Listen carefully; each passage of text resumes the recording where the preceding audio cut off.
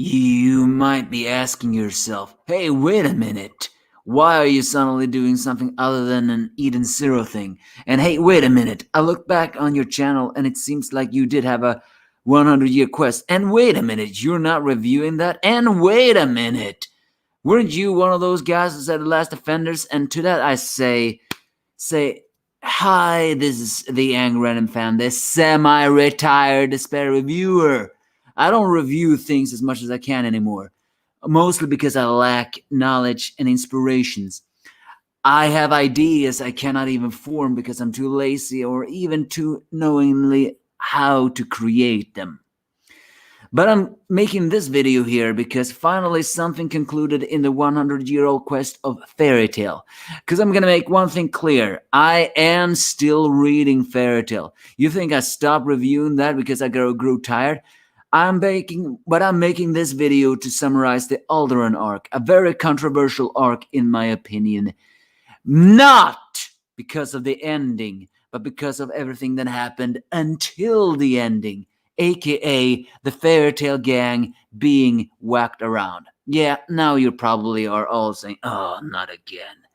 Well, the thing is here, I'll confess immediately. Another reason why I didn't review it is the fact that I didn't think like the 100-year quest felt like Fairy Tail. Fairy Tail has always won things everywhere, even with the power of friendship. But then suddenly they faced opponents they couldn't beat immediately. It was a frustrating thing for me to see. And that is why I felt the 100-year quest lost a lot of its lore, so to speak. And then we got to one thing in the Alodran arc, only to turn out another. It was so many different things, I didn't really know what to think. But here is me summarizing. I'm not really sure on what I left off to be in the latest of my very, very long ago review of this thing. It's been so long after all. But I can summarize the thing is that the gang got to Alodran, the dragon god of wood, and turns out to be giant. A city were on top of there, and the gang didn't really know what to do. But then Toka, the white witch, had gotten Fairy Tail dressed in white clothing all over there. And even some hints that some people are not even wearing anything underneath their white things. Although that seems to only think of the women. So yeah, so one point here is strong at the fact that we saw some fighting scenes from the lesser known members of the Fairy Tail gang, although seeing their fighting their friends wasn't really that much of essence of it all. Although it turns out that Kana was not hypnotized, she was just drunk. But one other reveal was actually big, and that was the fact that Toka was finally confirmed to be an Ixido, or as the ending of this arc concludes, an exceed of an exceed they haven't really met in Edolas a very long time ago.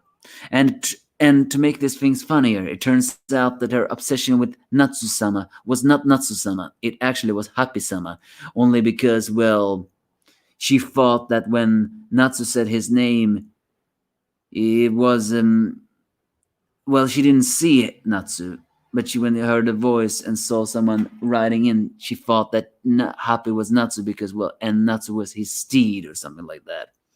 It's a pretty funny scene, but it wasn't, though, answering exactly on who the white mage were.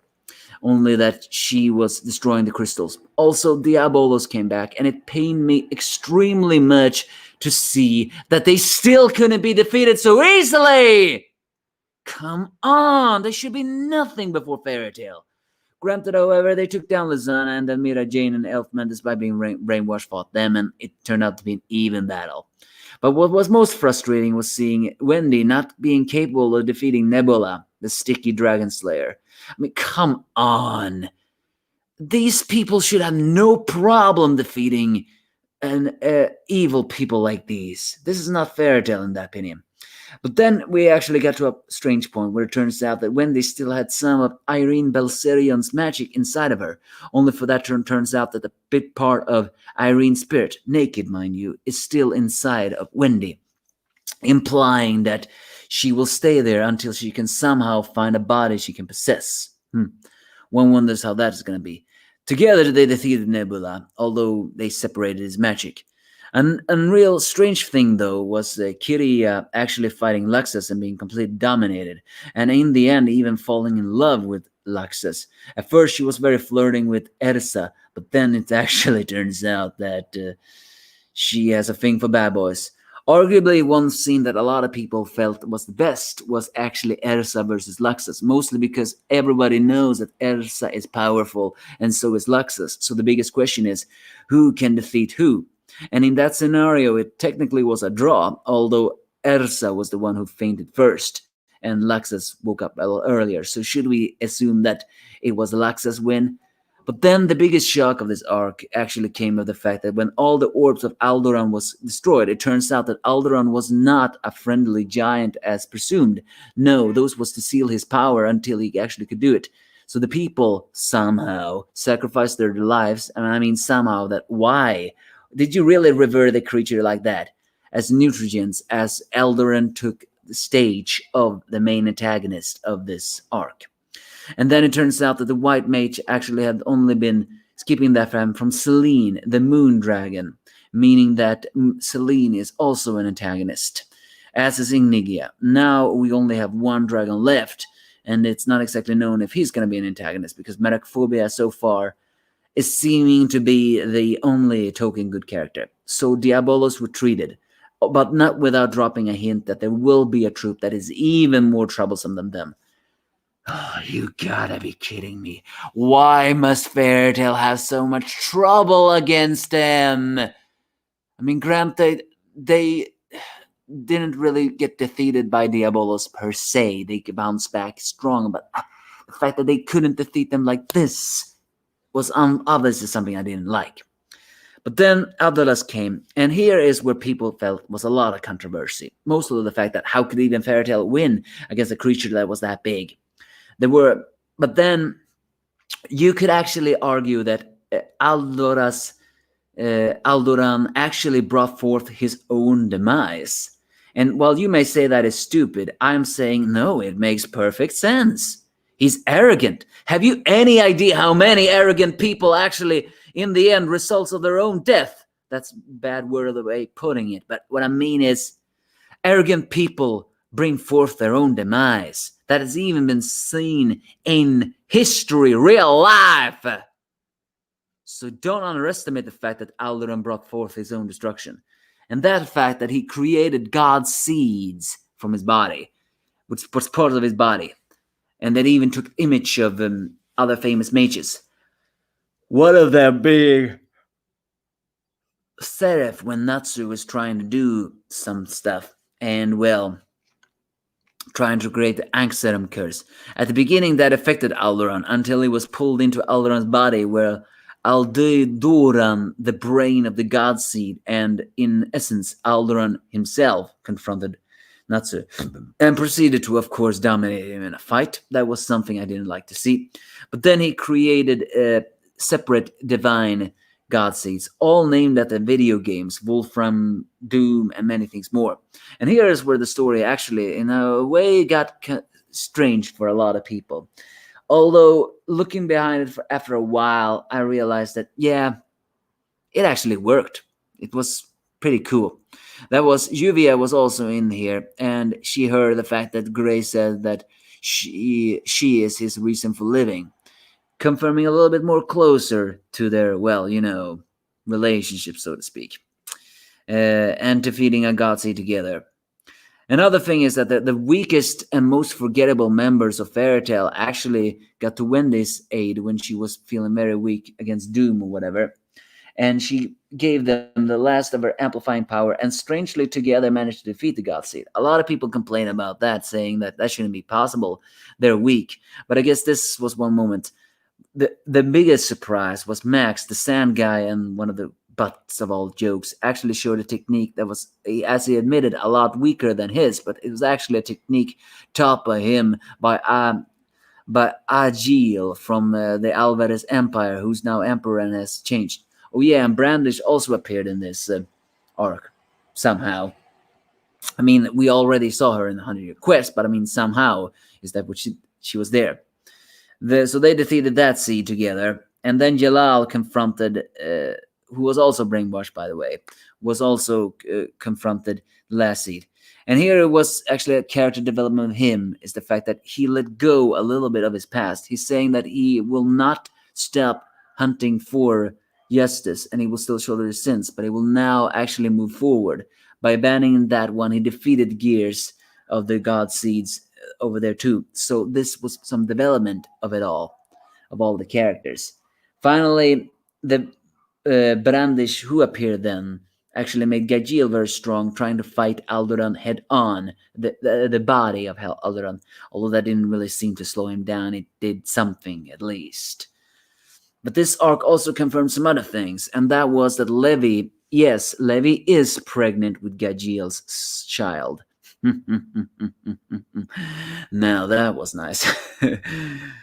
And also is the fact that there was actually a meta joke in this arc that a lot of people didn't really know of, and that was that when Kana was saying that, but it turns out that as powerful as Brandish magic is a limit when she can heighten someone else's height, and saying that they will eventually shrink down. So then Kana got a little mad at her, and then so Brandish showed her reluctant side that she did when she was Aquarius' slave, you know. And then she just said, "Oh, sorry, you just reminded me of Aquarius." Yeah, I bet I do. That is actually a meta joke. Only if you've seen the anime you realize what that joke is. And what do I mean by that? Well, actually, in the anime, Aquarius and Kana are actually voiced by the same Japanese voice actress. So I think that is a meta joke on that scenario. Also from the ST trial where Kana and Aquarius actually had some argument to each other, and Lucy said they're kind of alike, but it just becomes even more funny when it actually turns out that they are voiced by the same Japanese voice actress, therefore making that joke even funnier in a way. But by weakening the other god seeds, Aldoran's brain actually becomes weaker, making and then, as Natsu is on the brink of death, he finally unlocks his true dragon force, as well as back on the flames of Igneal, Atlas Flame, and even Ignea, as it turns out that all the flames of the dragons of flames he has eaten can actually be summoned forth back to him again. It is there he shows his new secret art of Purgatory Flame that he actually shown before, and was enough to damage the armored dragon of Dragon Slayer of Diabolos, but only for temporary. But against Aldoran, it is actually perfect, and as he finally vanquishes him, the Fairy Tail gang realizes they cannot ask too many questions, but we are being promised that next arc is probably gonna be Selene, the Moon Dragon, because Diabolos now sends out the Red Dragon, Slayer of the Black Dragon Slayer Knights, apparently someone who's even more troublesome than they were already, and now they're gonna hunt after Moon Dragon. This is something that makes me wonder, what if Diabolos actually succeeds? What if they actually do devour the dragon gods? What then? Are they gonna become powerful as all? Because this arc also revealed that the 5th generation Dragon Slayers actually has a very strong Achilles heel. While they appear to actually be a lot stronger than normal Dragon Slayers, they cannot enter Dragon Force. Well, they can, but if they do, they will actually become dragons. Therefore, the dragon seed in them will hasten, meaning that using Dragon Force is extremely controversial to them. As the Fairy Tail gang celebrates, Jelal hugs Ersa in a pretty sweet scene. There has been some evolution in this arc, but this arc was not perfect, I'll admit that, but it's only because it was so many things that happened at once. It was difficult to digest. You really had to wait until the arc was done and to actually enjoy it. The fact that Aldoran was so arrogant and so unforgivable made his defeat satisfying, but it also kind of annoying of the fact that he was just so damn powerful. If he hadn't separated himself in God Seeds, the gang would not have won. And there you may say he was an idiot, but I also say that it's good that he was an idiot, because that just shows how arrogant he really was. Every single thing he said was arrogant.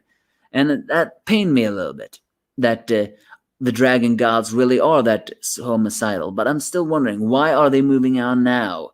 Selene want to take over the world too, so it's obvious the gang will have to stop them. But will Diabolos get the flesh of Selene this time? And Ignea he wants to fight Natsu at his best.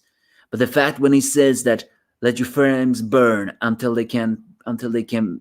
There's nothing left to this world to burn. Seems to imply he actually wants Natsu to become corrupted with the flames. So, well, who knows? So yeah, Alderaan arc wasn't perfect. It's certainly in the beginning it wasn't really that good. Only when Alderaan was at colors were revealed, the effect were over, and we actually moved on with some other things, did the arc finally grow on me a little bit. But I didn't like the fact that the Fairy Tail Gang, it took so very long for them to defeat everything else. And Torka the White Witch may be out of the picture now, as Celine will step up to be the big bad of 100 Year Quest. But we'll see if that happens. And Torka was an exceed. That was an unexpected situation. So all in all, that thing. Again, I could have reviewed the manga chapters, but I just don't have stamina to do that. That is why this summary is pretty messy. We'll go it up. I'll admit, read it now when it's finally finished.